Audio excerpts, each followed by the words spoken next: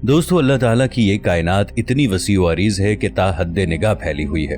हम इस बात का अंदाजा इस तरह भी लगा सकते हैं कि अगर कोई साइंसदान खला में जाने के लिए कोई स्पेस क्राफ्ट बनाए जो 3 लाख किलोमीटर फी सेकंड की रफ्तार से सफर करे, तो तब भी हमें अपनी ही गैलेक्सी से बाहर निकलने के लिए 1 लाख साल तक का वक्त दरकार होगा। मगरबी तहजीब का ये अकीदा है कि एक जिस्म बैक वक्त टाइम ट्रैवलिंग की तरह बहुत से मकामात पर मौजूद हो सकता है। साइंस भी आजकल जोशो खरोश से इस कॉन्सेप्ट पर रिसर्च कर रही है। साइंसदान और स्पेस एजेंसीज लाखों करोड़ों अरबों खरबों लाइट ईयर दूर खला में नित नई दरियाफ्तें कर रहे हैं। जदीद तरीन स्पेस क्राफ्ट होने के बावजूद हम वहां नहीं पहुंच सकते।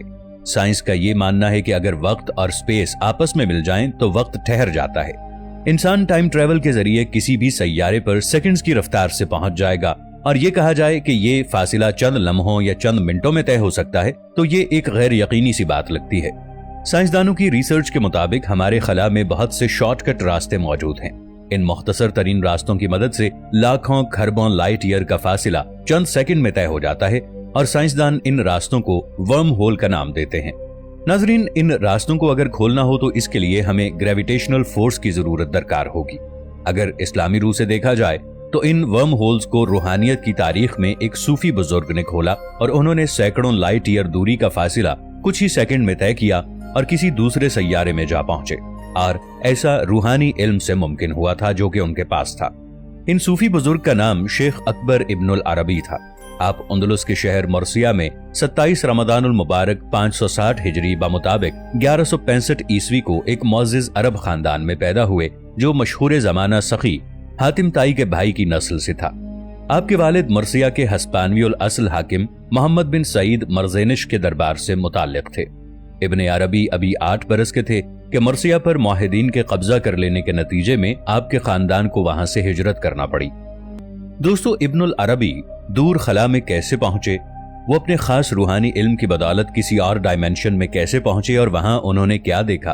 क्या उन्होंने वाकई मरीख पर कदम रखा था, और क्या उन्होंने वाकई आने वाले इंसानों के लिए मरीख पर कोई निशान छोड़ा था? नाजरीन, ये तमाम बातें तखय्युलाती लगती हैं, लेकिन आगे चलकर हम इस बात से पर्दा उठाने वाले हैं, इसलिए आपसे इल्तिमास है कि वीडियो को आखिर तक जरूर देखिएगा। इब्नुल अरबी 12वीं सदी के बुलंद पाया मुफक्किर, सूफी और दानिश्वर रह चुके हैं। आपने अपनी हयात में 500 से ज्यादा कुतुब तसनीफ की।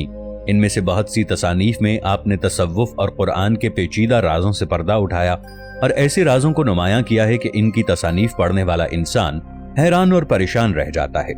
इब्नुल अरबी सूफी इज्म की इंतहा को पहुंच चुके थे। उनके सीने में कायनात के कई गहरे राज दफन थे। जब अल्लाह का कोई वली अपने ईमान की तकमील को पहुंच जाता है तो वो फिर ऐसे ऐसे काम सरंजाम देता है जो किसी आम इंसान के लिए बस तखय्युल की दुनिया होती है।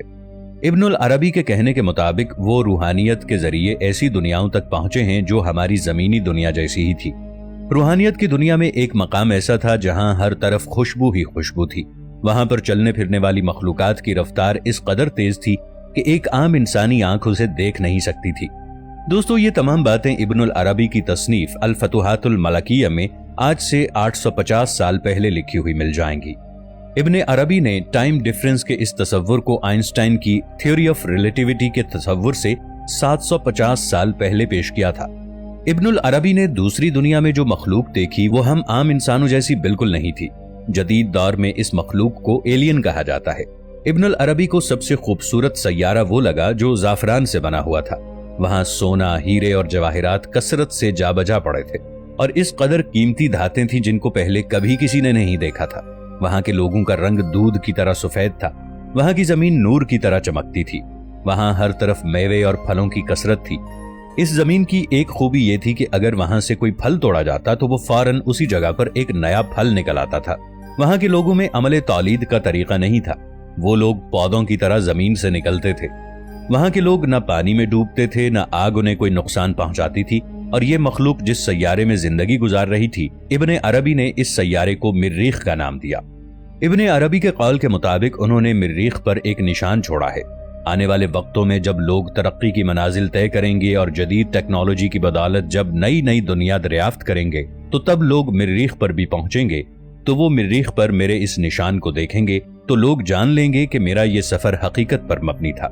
हो सकता है कि इब्ने अरबी ने खला में किसी वर्म होल का रास्ता खोल दिया हो और इसी वर्म होल के जरिए वो दूसरी दुनिया तक पहुंचे हों। अक्टूबर साल 2021 में एक खलाई मिशन जो कि नासा की तरफ भेजा गया था, इसने मरीख सियारे की कुछ तस्वीरें कैप्चर की थीं। तब साथ ही मरीख की सतह पर एक निशान भी कैप्चर किया गया था। अगर इस निशान को गौर से देखें तो अरबी में सलाम लिखा हुआ नजर आएगा। मरीख पर मौजूद इस निशान को हम गूगल मैप के जरिए भी वाज़ेह तौर पर देख सकते हैं। तुर्की में रहने वाले कैफर इस्कंदरोग्लू जो कि एक मुसन्निफ हैं, उन्होंने अपनी किताब वैल्यू ऑफ प्रॉफिट में ये इजहार किया है कि इब्ने अरबी ने अपनी जिस किताब में निशान का जिक्र किया है और मरीख पर जो निशान बना हुआ है, ये वही निशान है। साइंसदानों के मुताबिक इब्नुल अरबी की किताब पर काफी रिसर्च की जा रही है और वो ये मालूम करने की कोशिश में है कि इब्नुल अरबी ने कायनात में दूर दराज के मकामात पर कैसे सफर किया और किस तरह वहां पहुंचे। ये एक ऐसा इल्म होता है कि इसमें जिस्म जमीन पर होता है मगर रूहानी तौर पर वो शख्स नींद की तरह किसी और दुनिया में मौजूद होता है। इसकी एक मिसाल हजरत सुलेमान अलैहिस्सलाम के दौर की है, जब यमन की शहजादी का तख्त पलक झपकते ही हजरत सुलेमान अलैहिस्सलाम के सामने हाजिर हो गया था। इसकी एक जीती जागती मिसाल हमारे सामने वाक़या मेराजुन नबी मौजूद है। ये एक ऐसा सफर था जिसमें हमारे प्यारे नबी हजरत मोहम्मद सल्लल्लाहु अलैहि वसल्लम एक लम्हे में सातों आसमान तक पहुंचकर वहां की सैर कर आए थे, मगर इसमें एक वाज़ेह फर्क था। अंबियाए किराम में हजरत मोहम्मद सल्लल्लाहु अलैहि वसल्लम ने जिस्मानी तौर पर यह सफर यानी मेराज का सफर किया था, जबकि सूफियाए किराम रूहानी तौर पर ऐसा सफर करते हैं। इसी तरह असहाबे कहफ की भी मिसाल मिलती है, जो एक गार में 309 साल तक सोते रहे और जब वो जागे तो उन्हें ऐसा लगा जैसे वो कुछ सेकंड के लिए सोए थे। इब्नुल अरबी के कौल के मुताबिक अगर एक इंसान अल्लाह ताला पर कामिल यकीन रखे और इसके साथ किसी को शरीक न ठहराए तो वो रूहानियत के इल्म से बहरावर हो सकता है और फिर वो रूहानी तौर पर खला में कहीं भी सफर कर सकता है, तो चाहे वो मरीख में भी सफर करे। मरीख दरअसल पुराने वक्तों से ही सुर्ख सैयारे के नाम से मशहूर है, क्योंकि इसकी सतह सुर्खी या जाफरानी रंग की है। इब्नुल अरबी ने इस दुनिया के मुतालिक भी लिखा था। अमेरिका और बहुत सी यूरोपियन कंट्रीज मरीख में अपने बहुत से मिशन भेज चुकी हैं।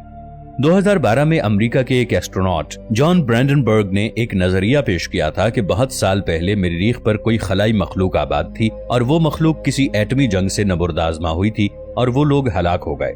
इस तरह मरीख पर जिंदगी का खातिमा हो गया। हो सकता है इब्नुल अरबी ने रूहानी उलूम का इस्तेमाल किया हो।